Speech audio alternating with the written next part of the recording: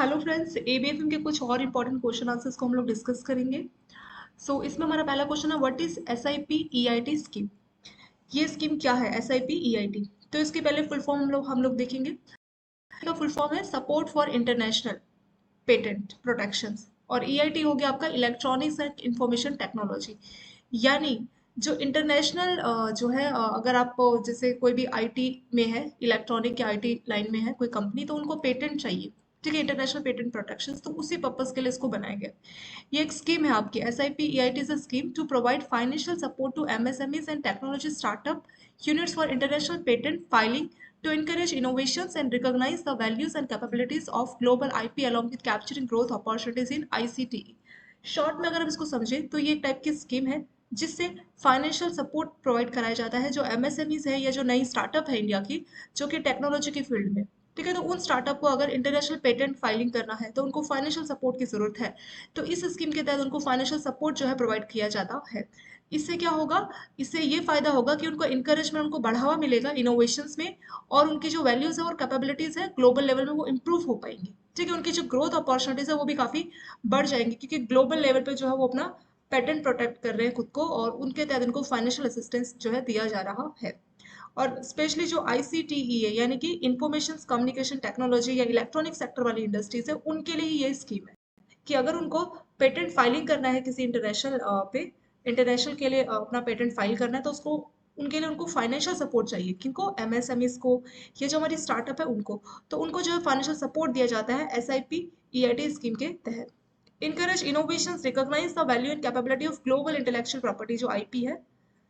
ठीक है, और इससे जो है ग्रोथ अपॉर्चुनिटीज जो है आईसीटी सेक्टर में देखने को मिलती है, और यही इसका मेन फायदा है, ताकि इंटरनेशनल प्रोटेक्शंस, जो पेटेंट प्रोटेक्शंस है उनमें उनको फाइनेंशियल सपोर्ट दिया जाए। किनको, ऐसी इंडस्ट्रीज को जो कि एमएसएमईज है, या जो टेक्नोलॉजी है जो कि इंफॉर्मेशन या टेक्नोलॉजी या इलेक्ट्रॉनिक सेक्टर में जो है काम करती है। और ये ministry of electronics and information technology के द्वारा ये रन किया जाता है। This program is designed to provide financial support to micro, small and medium enterprise and technology startups so that they can file international patent। यानी इस scheme के तहत फाइनेंशियल सपोर्ट दिया जा रहा है जो एमएसएमईज है और जो ऐसी टेक्नोलॉजी स्टार्टअप है जो कि टेक्नोलॉजी के फील्ड में है, या आप बोल सकते हैं इलेक्ट्रॉनिक के फील्ड में, so that they can file international patent, ताकि वो, उनको फाइनेंशियल सपोर्ट मिलेगा तो वो इंटरनेशनल अपना पेटेंट फाइल कर पाएंगे। और और इसके तहत जो एमएसएमईज है, एमएसएमईज का जो अभी लेटेस्ट डेफिनेशन आया था एमएसएमईज, उसके तहत जो एलिजिबल होगा वो, या 2006 के तहत जो गवर्नमेंट ने इसके लिए जो भी स्पेसिफाइड किया एमएसएमई को, तो वो सब जो है इसके लिए एलिजिबल इसमें रहेंगे। ठीक है, तो यही हो गया आपका एसआईपी, यानी support for international patent protections in electronic and information technology. तो वही एमएसएमईज या वही वाली स्टार्टअप जो कि इलेक्ट्रॉनिक और आईटी सेक्टर में काम करती है, उन्हीं को ये सुविधा दी जाएगी। इस सुविधा के तहत उनको क्या होगा, फाइनेंशियल सपोर्ट उनको दिया जाएगा, ताकि ये जो एमएसएमईज है वो अपना इंटरनेशनल पेटेंट जो है फाइल कर सके। वही है हमारा SIP EIT scheme. Next question है, what is IRETA NCEF refinance scheme. ये किस टाइप की स्कीम है? ये एक टाइप का रीफाइनेंस स्कीम है गवर्नमेंट के द्वारा। It is a government loan scheme where IREDA provide refinance loans to select commercial banks and financial institutions that finance biomass power and small। इसमें क्या हो रहा है, ये जो स्कीम है ना IREDA NCF, इसमें ये पैसा दे रही है ऐसे बैंकों को, मतलब रीफाइनेंस कर रही है ऐसे बैंकों को जो कि लोन देने का काम करते हैं। किसको लोन देने का काम करते हैं? वो लोन देते हैं कोई भी बायोमास पावर या फिर जो हाइड्रो पावर के जो प्रोजेक्ट है, उनको जो लोन दे रहे हैं बैंक, उन बैंकों को रीफाइनेंस करने का काम किया जा रहा है गवर्नमेंट के द्वारा इस स्कीम के तहत। ठीक है, तो इसमें बैंकों को रीफाइनेंस किया जाएगा। अभी रीफाइनेंस वर्ड का मतलब क्या होता है? जैसे मान लीजिए बैंक ने कस्टमर को लोन दिया, ठीक है, और गवर्नमेंट की कोई स्कीम है जिसके तहत गवर्नमेंट ने बैंकों को पैसा दिया, ये एक टाइप का रीफाइनेंस। जैसे नाबार्ड है, बैंक ने मान लीजिए एग्रीकल्चर सेक्टर के लिए कोई लोन दिया, तो नाबार्ड ने बैंकों को पैसा दे दिया लोन के तौर पे, तो वो एक टाइप का रीफाइनेंस आप बोल सकते हो। री मतलब होता है रिपीट हो रहा है, दोबारा से फाइनेंस हो रहा है। मतलब पहली बार फाइनेंस कब हुआ? जब बैंक ने कस्टमर को पैसा दिया, और दूसरी बार कब हुआ? जब बैंक को पैसा मिला कहीं और, किसी और गवर्नमेंट एजेंसीज के द्वारा, तो उसी को रीफाइनेंस बोला जाता है। ये भी बिल्कुल उसी टाइप की स्कीम है। इसमें बैंक क्या करेगी, लेकिन ये रीफाइनेंस बैंकों को तभी दिया जाएगा जब बैंक बायोमास पावर या हाइड्रो पावर जो प्रोजेक्ट है उनको ही लोन देगी, तो उनको लोन देगी और गवर्नमेंट उनको रीफाइनेंस करेगी, तो वो इसी स्कीम के तहत इसमें होता है। और ये जो है IREDA, इसमें IREDA का फुल फॉर्म है आपका Indian renewable energy development agencies. उसने प्रिपेयर किया और उसने उसको लेकर रीफाइनेंस को लेकर जो गाइडलाइंस भी बताई है, ठीक है, NCEF के साथ मिलके उसके सपोर्ट में। तो NCEF का फुल फॉर्म क्या है? National clean energy fund. तो नेशनल क्लीन एनर्जी फंड और IRDA यानी कि Indian renewable energy development agency, इन्होंने मिलकर जो है बताया है कि किस तरह से बैंकों को रिफाइनेंस किया जाएगा, किस तरह से रिन्यूएबल क्या क्या चीज़ें जो है मतलब जैसे हाइड्रो पावर प्रोजेक्ट है या बायोमास प्रोजेक्ट है, तो उनके लिए एक्टिविटीज़ के लिए जो पैसा देना, तो वो सारी बातें इसमें बताई गई। तो वही हो गया आपका IREDA NCEF refinance scheme. Next है what are type of startup financing. तो स्टार्टअप जो है उनको किस तरह से जो है फाइनेंस किया जाता है? जनरली तीन तरीके से किया जाता है। पहला है हमारा डेप फाइनेंस, दूसरा हो गया इक्विटी, और तीसरा हो गया ग्रांट। डेप फाइनेंस का मतलब होता है, डेप्ट एक टाइप का लोन है जिसमें एक फिक्स इंटरेस्ट रेट रहेगा। जैसे मान लीजिए आपने बॉन्ड खरीद लिए, तो बैंक कंपनी का आपने बॉन्ड लिए, कंपनी बोलेगी कि हम आपको 8% पे करेंगे, तो वो जो 8% है वो क्या है? एक तरीके का इंटरेस्ट रेट है। तो डेप्ट के केस में एक फिक्स इंटरेस्ट रेट मिलता है। अगर हम बात करते हैं इक्विटी की, तो इक्विटी में आपको ऑनरशिप मिल जाती है। मतलब अगर आपने किसी कंपनी के 1% शेयर लिए, तो उसका मतलब आप कंपनी के 1% मालिक बन गए, ठीक है, तो उसको बोलते हैं इक्विटी फाइनेंस। ऐसे एक होता है ग्रांट। ग्रांट मतलब होता है असिस्टेंस, इसका मतलब होता है मदद। अब आप किसी को बोलते हैं कि मैंने आपकी मदद कर दी, असिस्टेंस दिया, तो क्या वो मदद के पैसे वापस लेते हैं? नहीं लेते। जैसे आपने दोस्त को कोई छोटे से पैसे से मदद कर दी, तो उसको आप ग्रांट बोल सकते हैं, ठीक है, ग्रांट। इसको असिस्टेंस बोलेंगे क्योंकि ये असिस्टेंस है, ये एक टाइप की इंसेंटिव है, तो इसमें रिफाइनेंस मतलब पैसे वापस करने का कोई झंझट नहीं रहता, ठीक है, ग्रांट। अलग अलग कंट्री जो है एक दूसरे को भी रिफाइनेंस देने का काम करती है, या कई बार कोई गवर्नमेंट जो है किसी कंपनी को, स्टार्टअप को जो है रिफाइनेंस करने का काम करती है। तो इस तरह से जो है किया जाता है। तो तीन तरीके हैं जिससे स्टार्टअप को पैसा मिलता है। पहला था डेप्थ। इसमें क्या होगा कि बोरो करेगा मनी लेंडर से, और उसको जो है बदले में एक इंटरेस्ट देगा, ठीक है, बता देगा कि कितने टाइम के लिए पैसा बोरो किया, और उसमें उस टाइम तक जो है इंटरेस्ट पे करेगा, और फिर बाद में जो है पूरा का पूरा लोन अमाउंट इस पे कंप्लीट उसके पास वापस चला जाता है। अडर मतलब होता है पालन करना। जो डेडलाइन बताइए कि पूरा का पूरा लोन मान लीजिए 10 साल के लिए दिया है या 5 साल के लिए दिया है, तो उतने टाइम में पूरा का पूरा पैसा रिपे हो जाना चाहिए। तो वो हो गया डेप फाइनेंस। ये बिल्कुल एक टाइप का सिंपल लोन आप मान सकते हैं। इक्विटी बिल्कुल इसका उल्टा है। इक्विटी में क्या है कि आपको शेयर्स दे दिए जाएंगे, और शेयर्स क्या है कि आप इतने परसेंट मालिक बन गए। अब उसमें पैसा वापस करने का तो झंझट नहीं है, अगर आप शेयर्स बेच के जाएंगे तो आपको पैसे मिल जाएंगे। तो वही लिखा है, in exchange for the capital. Capital मतलब पैसे के बदले जो है हमें कंपनी के इक्विटी शेयर्स दिए जाते हैं, उसको बोला जाएगा इक्विटी फाइनेंस। यानी हमने शेयर्स दिए, बदले में हमने पैसा मिला, ठीक है, हमने शेयर्स बेचे, पैसा मिला। तो ये भी एक तरीका है जिससे स्टार्टअप को पैसा मिल जाता है। और in case of equity finance there is no requirement to make any payment towards principal. तो इसमें जो है पैसा वापस करने का कोई झंझट नहीं, जैसे डेट में था ना कि जो पैसा लिया वो वापस करना पड़ेगा, बट इसमें ऐसा कोई झंझट नहीं है। However startup are required to share ownership in the company. तो लेकिन इसमें जो आप पैसा तो वापस नहीं करना, लेकिन आपको अपनी ऑनरशिप शेयर करनी है, क्योंकि आपने अपने शेयर्स बेच दिए है ना, पैसा नहीं दिया लेकिन आपने शेयर्स बेच दिए, तो उसकी वजह से क्या होगा कि आपकी ऑनरशिप जो है ट्रांसफर हो जाएगी, शिफ्ट हो जाएगी। मतलब अगर आपने 1% शेयर बेचे हैं, तो 1% आपकी ऑनरशिप जो है कम हो जाएगी। तो यही इसमें हो गया। तीसरा आता है ग्रांट। ग्रांट भी एक टाइप का इंसेंटिव प्रोग्राम है, फाइनेंशियल का एक तरीका है, और ये एक ऑर्गेनाइजेशन दूसरे ऑर्गेनाइजेशन को देने का काम करती है in order to promote the achievement और goal to encourage superior performance. तो कोई एक बड़ी ऑर्गेनाइजेशन जैसे किसी छोटी ऑर्गेनाइजेशन को ग्रांट देने का काम कर रही है, और इसमें जो है कोई पैसा वापस करने का कोई झंझट नहीं है। और डिस्बर्समेंट जो है स्टेजेस में होगी। स्टेजेस मतलब जैसे मान लीजिए कोई बड़ी ऑर्गेनाइजेशन है और कोई छोटी ऑर्गेनाइजेशन जो कि किसी अच्छे काम को या कुछ ऐसी एक्टिविटी को करती थी, अभी वो लॉस मेकिंग है, ठीक है, तो वो उसको सपोर्ट देना चाह रही है। तो ग्रांट भी पूरा का पूरा अमाउंट एक बार में नहीं होता, वो स्टेजेस में होता है। और जैसे ही पहला वाला टास्क पूरा होगा, उसके बाद ही सेकंड वाले स्टेज की जो है ग्रांट इसमें दी जाएगी। तो इस तरह से जो है ग्रांट काम करती है। नेक्स्ट क्वेश्चन है हमारा, what is NCL IIT BHU clean tech innovation challenge 2022। ये किस टाइप का चैलेंज है? ये भी एक टाइप का, ये भी एक प्रॉब्लम सॉल्विंग का एक चैलेंज है, ठीक है। किसको जो है, जो आपके माइनिंग इंडस्ट्रीज को जो जो चैलेंजेस फेस करने पड़ते हैं, तो स्टार्टअप के लिए या स्टूडेंट्स को जो है मौका दिया गया है कि तुम कुछ कोई अच्छे इनोवेशंस आइडिया या कुछ ऐसी टेक्निक लेके आओ, ताकि जो परेशानियां माइनिंग इंडस्ट्रीज को फेस करनी पड़ती है रियल वर्ल्ड में, तो उनको जो है एड्रेस किया जाए, उनको रिजॉल्व किया जाए। तो उसी पर्पज के लिए NCL IIT BHU clean tech innovation challenge 2022 जो है लाया गया था। तो ये नेशन वाइड आपका एफर्ट्स है। इससे फायदा क्या होगा, that aims to install a culture of product innovations and attitude of problem solving by providing students and startup with a forum to address real world. तो यानी यहाँ पे हो क्या रहा है कि रियल टाइम पे जो जो इश्यूज फेस करने पड़ते हैं माइनिंग इंडस्ट्रीज को, जो जो इश्यूज उनको एक्सपीरियंस करने पड़ते हैं, तो उनके लिए जो है सॉल्यूशंस देने की बात की गई है कि इसका कोई सॉल्यूशन लेके आओ।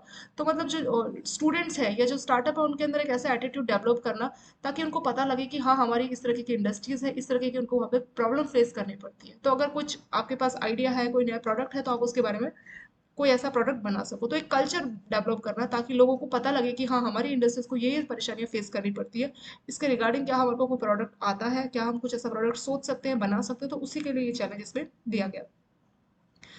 और इसमें बोला है कि अच्छी क्वालिटी का अगर आप कोई सॉल्यूशंस देना चाहेंगे तो उसके लिए इसमें जो है प्रमोट उसको किया जाएगा।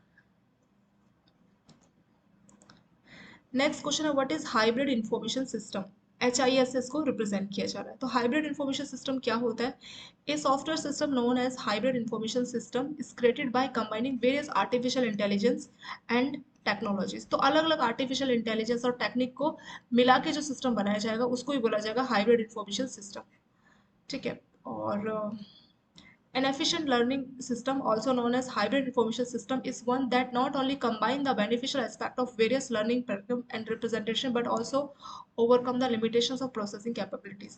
तो कुछ प्रोसेसिंग डिवाइसेस है जिसमें कुछ लिमिटेशंस है। तो अगर आप जैसे हाइब्रिड में मतलब एक चीज आपको यहाँ से अच्छी लगी, दूसरी यहाँ से अच्छी लगी, उसको मिला के एक नया प्रोडक्ट बना लिया, ठीक है, तो वही एक हाइब्रिड हो गया। तो इसमें वही बोला गया कि किसी टाइप की लिमिटेशंस है, कोई शॉर्टकम है, कोई परेशानियां हैं, तो उसको आप ओवरकम कर सकते हैं इसकी हेल्प से, क्योंकि आपने एक की अच्छी खूबियाँ ली, दूसरे की अच्छी खूबियाँ ली, उसको मिला के आपने कुछ सिस्टम अपना बनाया। तो इसमें अलग अलग आर्टिफिशियल इंटेलिजेंस की मेथोडोलॉजी उस टेक्निक को मिलाया जाता है और फिर उसकी हेल्प से एक नया प्रोडक्ट जो है बनाया जाता है। वही हो गया हमारा हाइब्रिड इंफॉर्मेशन सिस्टम।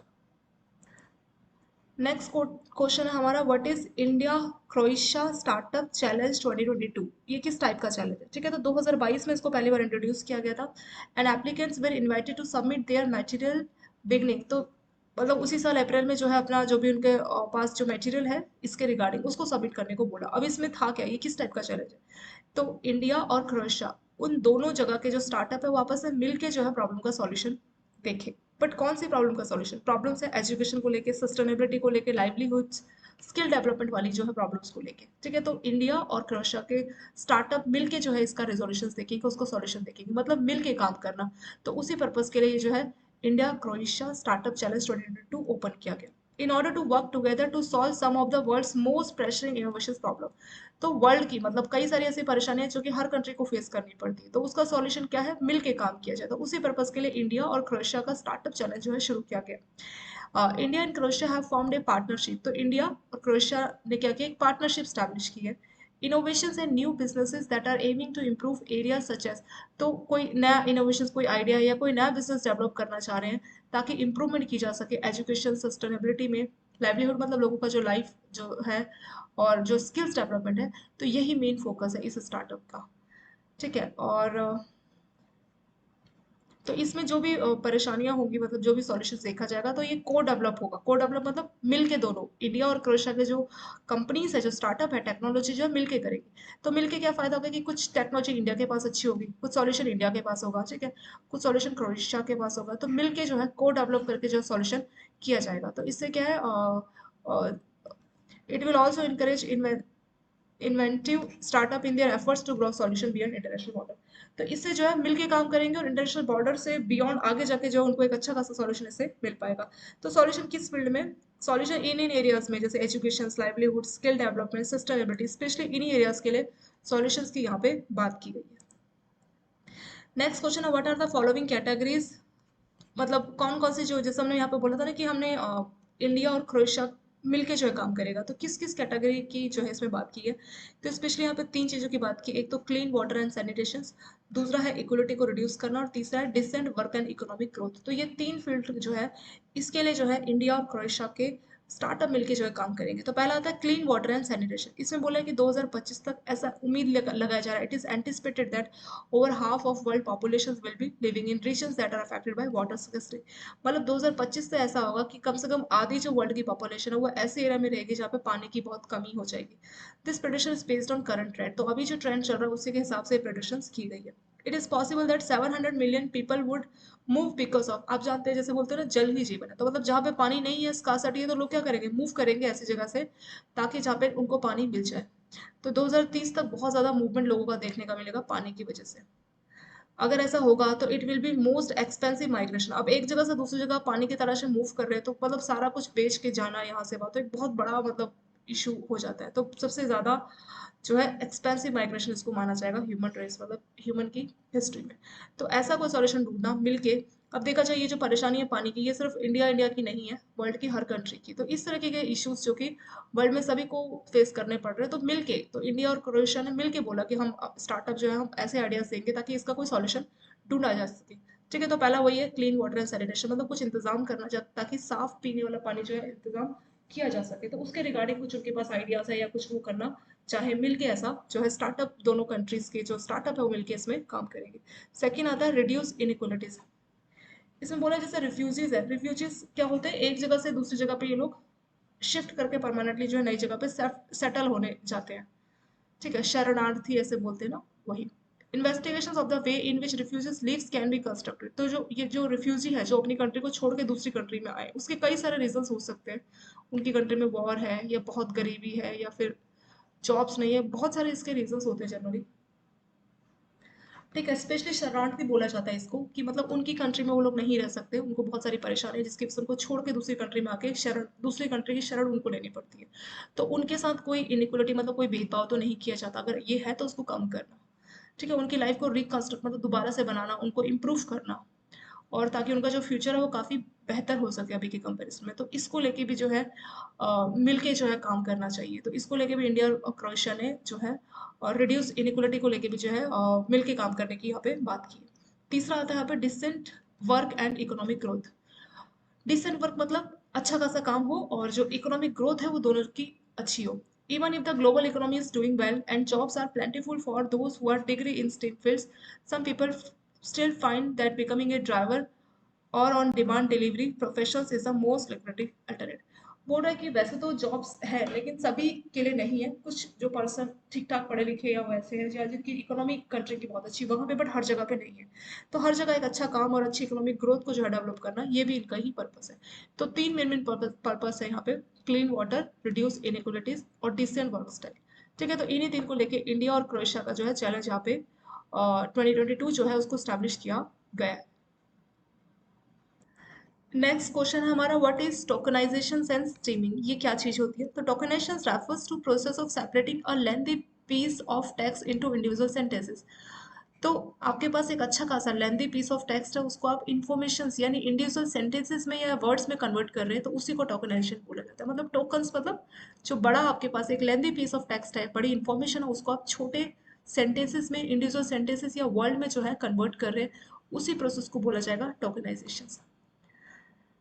ठीक है, और फिर उसके बाद क्या होगा, after that these are incorporated into models such as bag of words that are use to text clustering and document matching activities. और उससे क्या होगा कि आपको कोई डॉक्यूमेंट्स मैचिंग एक्टिविटी करनी है या टेक्स्ट क्लस्टरिंग वाली एक्टिविटी करनी है, तो उससे ये जो आपके इंडिविजुअल सेंटेंसेस या जो वर्ड बने, उनसे आप आसानी से जो है मॉडल के तौर पे इसको इस्तेमाल कर सकते हो। तो वही आपका टोकनाइजेशन, यानी आपके पास एक लेंथी पीस ऑफ इंफॉर्मेशन है, उसको आप छोटे में यानी वर्ड में छोटे इंडिविजुअल सेंटेंसेस में कन्वर्ट कर रहे हैं, ताकि आप अपना टेक्स्ट क्लस्टरिंग और डॉक्यूमेंट मैचिंग वाली एक्टिविटी को पूरा कर सके। उसी प्रोसेस को बोला जाएगा टोकनाइजेशन। नेक्स्ट है यहाँ पे स्ट्रीमिंग। स्ट्रीमिंग क्या होता है, it is a process of removing prefix and suffix from words. तो वर्ड से प्रीफिक्स और सफिक्स को रिमूव करना to determine the form and meaning of the root word. तो उससे क्या होगा कि आपने प्रीफिक्स और सफिक्स रिमूव कर दिया, तो उसका जो रूट वर्ड है उसको समझ पाना, उसका जो मीनिंग है, जो रूट वर्ड बचेगा उसके बाद, तो उसका मीनिंग जो है समझ पाना, उसकी फॉर्म को समझ पाना, वही होता है हमारा streaming. This is referred as streaming. The method decreases the amount of space required for indexing files, which results in improved information retrieval. तो इससे क्या है कि आप बेटर वे में इंफॉर्मेशन रिट्रीवल कर पाएंगे, क्योंकि आपका जो स्पेस है वो कम हो जाता है, क्योंकि आपने सफिक्स और प्रीफिक्स को यहाँ पे रिमूव कर दिया होता है। तो यही दो चीजें यहाँ पे आपकी हो गई। नेक्स्ट क्वेश्चन है, what is data mining. Data mining क्या होता है, it is a process of searching through big data. Data mining मतलब बहुत सारा डेटा है, उसमें से आपको अपने काम का डेटा ढूंढना है, ताकि आपको जो भी इश्यूज फेस करने हैं उसका आप रेजोल्यूशन में आपको मदद मिल सके। तो वही आपका data mining. It is a process of searching through big data. बहुत सारा आपका डेटा है, उसमें से आपको सर्च करना है in order to find patterns and relationship that when analysts can assist in resolutions of issue that arise in commercial enterprise। तो जो commercial enterprise है, जो companies है, उनको किसी भी टाइप का इशू जो फेस करना पड़ रहा है तो उनको रिजोल्यूशन मिलेगा। कैसे मिलेगा? आपके पास बहुत सारा डेटा है, उसमें से आप अपने डेटा में से अपने काम की चीज़ को जो है सर्च कर रहे हैं ताकि आप अपने जो भी इश्यूज फेस कर रहे हैं उनको आप रिजोल्यूशन आपको उसमें मिल जाए। तो enterprise now have the ability to forecast future trend and make better information business decisions thanks to. तो ये जो आपका डेटा माइनिंग है तो इससे कई सारे फायदे हैं इंटरप्राइज को। किस टाइप के फायदे? जैसे कि फ्यूचर में उनको अपना कोई ट्रेंड जानना हो, उसकी फोरकास्टिंग करनी हो अपनी कंपनी की कि फ्यूचर में किस तरह का ट्रेंड होगा, या बाद में उनको अपने बिजनेस को लेकर कोई अच्छी डिसीजन लेनी है तो पुराने डेटा माइनिंग की हेल्प से भी जो उनको प्रिडिक्शन में काफ़ी मदद मिल जाती है। तो वही हो गया हमारा यहाँ पे डेटा माइनिंग। नेक्स्ट क्वेश्चन हमारा व्हाट इज टेक्स्ट माइनिंग। अभी टेक्स्ट माइनिंग क्या होता है? इसको आप टेक्स्ट डेटा माइनिंग भी बोल सकते हैं, ठीक है। Text mining is also known as text data mining. ये होता क्या है? It is a process of converting unstructured text into structured format in order to find relevant patterns and fresh insights. यानी आपके पास अनस्ट्रक्चर्ड टेक्स्ट है, मतलब proper format में नहीं है, वो उसको आप स्ट्रक्चर फॉर्म में कन्वर्ट कर रहे हैं ताकि आप उसका जो है रिलेवेंट जो पैटर्न है उसको आप समझ पाए। Company are able to investigate identify hidden links with in their unstructured data when they employ advance analytical approaches. तो कंपनीज क्या करती है? अपनी अच्छी खासी एनालिटिक अप्रोच को इस्तेमाल करती है ताकि जो भी हिडन लिंक है वो उसको फाइंड आउट कर सके। तो वही हो जाएगा हमारा text mining.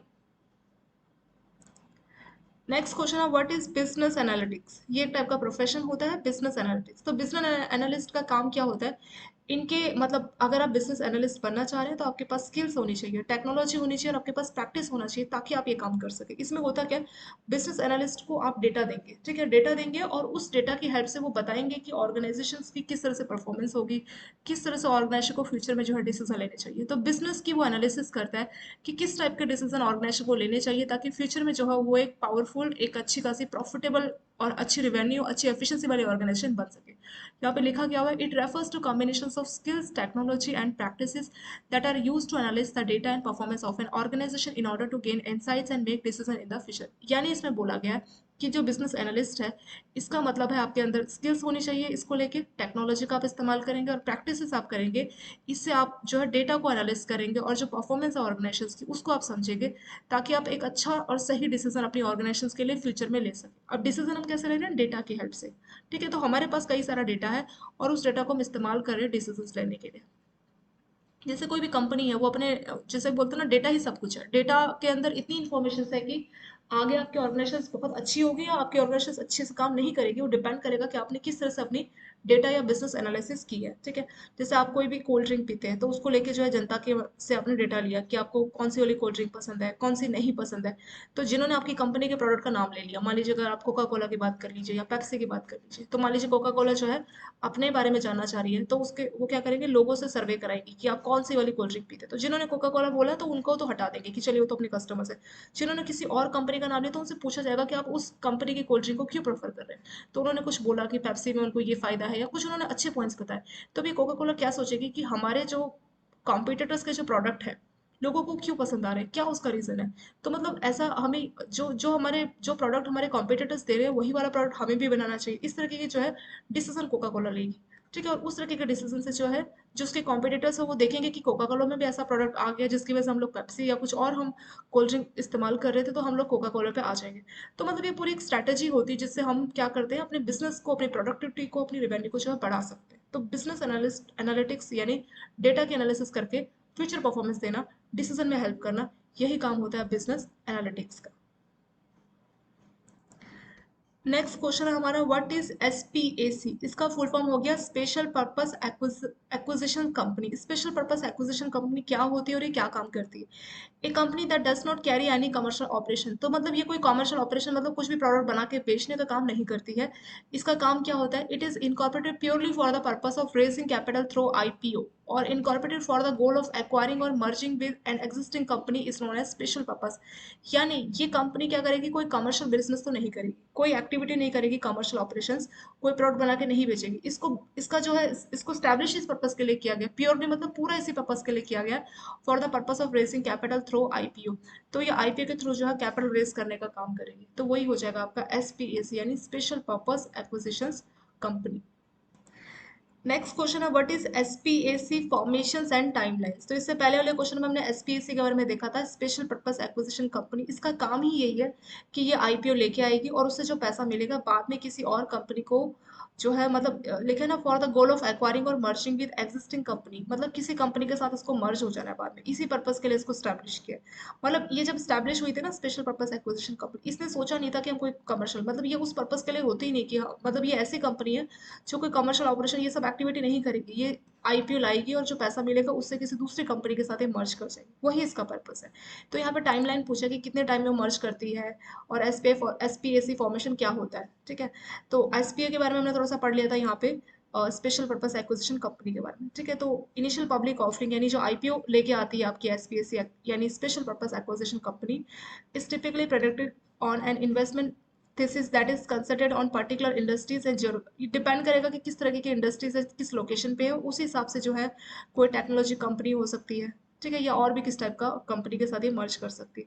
After the initial public offering, IPO क्या होता है कि पहली बार आप अपने शेयर्स मार्केट में जनता को दे रहे हैं, तो पहली बार जब आईपीओ लेके आती है तो proceeds are deposited into trust account. तो क्या करती है, वो जो पैसा मिला ना आईपीओ से, लोगों ने इनके शेयर्स में इन्वेस्ट किया फर्स्ट टाइम, तो उस पैसे को ये एक ट्रस्ट अकाउंट में जमा करती है, ठीक है, ट्रस्ट अकाउंट में। And SPC normally has 18 to 24 months to find and finalize a merger with a target firm. इसके पास 18 से 24 महीने का टाइम होता है कि ये फाइनलाइज करे कि किस कंपनी में इनको मर्ज करना है। This process is frequently refers as the spacing. तो इस प्रोसेस को बोलते हैं डी स्पेसिंग, जब ये जो है किसी दूसरे के साथ मर्ज कर जाती है। In the event SPAC enable to accomplish a merger within the, तो इसका टाइमिंग जैसे हमने देखा 18 से 24 महीने के अंदर इसको कोई जो है कंपनी ढूंढ लेनी होती है जिसके साथ इसको मर्ज करना होता है। इन केस अगर इसको कोई कंपनी फाइनलाइज नहीं होती तो उस केस में इसको लिक्विडेशन यानी इसको अपना क्लोज करना पड़ेगा, एसपीएसी को ही लिक्विडेशन करना पड़ेगा। और जो आईपीओ में जो लोगों को पैसा मिला, जो उनको प्रॉफिट हुआ आईपीओ से, तो वो जो भी पब्लिक इसके जो शेयर होल्डर है उनको वापस उसको पैसा वापस वो बांट देती है, क्योंकि अभी लिक्विडेशन हो गया, अब तो कंपनी बंद हो गई। तो वो जो पैसा मिला था, प्रॉफिट जो मिला था, उसको वापस उन्हें शेयर होल्डर को, जो पब्लिक शेयर होल्डर थे जिन्होंने इसके शेयर्स को खरीदा था, तो वापस उनको प्रॉफिट के साथ जो पैसा उनको बांट देती। तो उस तरह से जो आपका एसपीएसी का फॉर्मेशन किया जाता है। नेक्स्ट क्वेश्चन है व्हाट इज ट्रांजिशन रिस्क। ये किस टाइप का रिस्क होता है? It is a risk related to process of adjustment towards a low carbon economy, ठीक है। लो कार्बन इकोनॉमी मतलब कार्बन का इमिशंस, जो आपके ग्रीन हाउस गैसेस है, कार्बन डाइऑक्साइड, मीथेन, इस तरह की जो गैसेस है उसको कम से कम इमिट करना पड़े, तो उस चक्कर में आप एडजस्ट करते हैं, ठीक है। और उस चक्कर में आपको जो रिस्क, जो आपको पैसे का लॉस है फेस करना पड़ता है, उसी वाले रिस्क, उसी वाले लॉस को जो है ट्रांजिशन रिस्क का यहाँ पे नाम दिया गया है। तो ट्रांजिशन रिस्क क्या है? जो आप एडजस्टमेंट करते हैं लो कार्बन इकोनॉमी बनाने के लिए, और उसी एडजस्टमेंट में जो आपको रिस्क, जो आपको पैसे का लॉस फेस करना पड़ता है, उसी को बोला जाता है ट्रांजिशन रिस्क। नेक्स्ट क्वेश्चन है what are various ISO standard. कौन कौन से अलग अलग जो है हमारे आईएसओ स्टैंडर्ड है? तो दो तीन स्टैंडर्ड की यहाँ पे बात की गई है। आईएसओ 3210, ऐसे आईएसओ 14008, आईएसओ 14097। तो आप लोग बस उसका नाम याद रख लीजिए कि आईएसओ कौन सा किसके लिए। तो जो 32210 वाला है, ये सस्टेनेबल फाइनेंस की बात करता है, ठीक है। सस्टेनेबल फाइनेंस मतलब इसमें प्रिंसिपल और गाइडलाइंस बनाई गई है और किस तरह से जो है फाइनेंस किया जा रहा है सस्टेनेबल टर्म में, ठीक है। सस्टेनेबल फाइनेंस की जो स्ट्रक्चर है, उसी के फाउंडेशंस, उसके प्रिंसिपल और गाइडलाइंस की बात इस वाले आईएसओ में की गई है। नेक्स्ट आता है आपका आईएसओ 14008। तो ये आपकी बात करता है जो आपका मॉनेटरी वैल्यूशंस है, इन्वायरमेंटल इम्पैक्ट जो आपको देखने पड़ते हैं या इन्वायरमेंटल एक्टिविटी की वजह से, तो उसके बारे में आईएसओ 14008 में इसके बारे में बात की जाती है। जो आपका आईएसओ 14007 है, ये उसी का कॉम्प्लीमेंट्री जो है, तो यानी इन्वायरमेंट मैनेजमेंट को लेकर जो गाइडलाइंस है उसको बनाने का काम करता है आईएसओ जो है 14007। और आईएसओ 14008 जो है इन्वायरमेंट को लेकर जो है उसके एक्सपेक्ट्स या इन्वायरमेंट की जो है इन्वायरमेंट के बारे में जो प्रिंसिपल्स हैं, इन्वायरमेंटल एक्सपेक्ट्स, उसकी बात करता है। और लास्ट आपका आईएसओ 14097, तो ये ग्रीन हाउस गैस का जो मैनेजमेंट है या उसके रिलेटेड जो एक्टिविटी है, ताकि क्लाइमेट चेंज इस तरह की चीज़ों को जो है इशू को जो है रिजॉल्व कर सके, तो उसी के प्रिंसिपल, गाइडलाइंस, असेसमेंट, रिपोर्टिंग की बात की जाती है आईएसओ 14097। तो ये वाला सबसे इंपॉर्टेंट है, तीसरे वाला, और फर्स्ट वाला भी है। तो पहले वाला जो 32210 आपके सस्टेनेबल फाइनेंस की बात करता है, 14008 आपके इन्वायरमेंटल इम्पैक्ट्स की बात करता है, 14007 और 14008 एक दूसरे के कॉम्प्लीमेंट्री है, और 14097 जो है ग्रीन हाउस के मैनेजमेंट और क्लाइमेट चेंज, उन सभी के बारे में बात करता है। चलिए इसके साथ ये वाला पार्ट भी आपका हो गया कंप्लीट, और इनको थोड़ा सा आप लोग देख लीजिए, जितने भी क्वेश्चन आंसर्स आपको टू हैंड्स की ऐप में मिल जाएंगे, उसे आप लोग डाउनलोड कर लीजिए। और thank you so much for watching this video.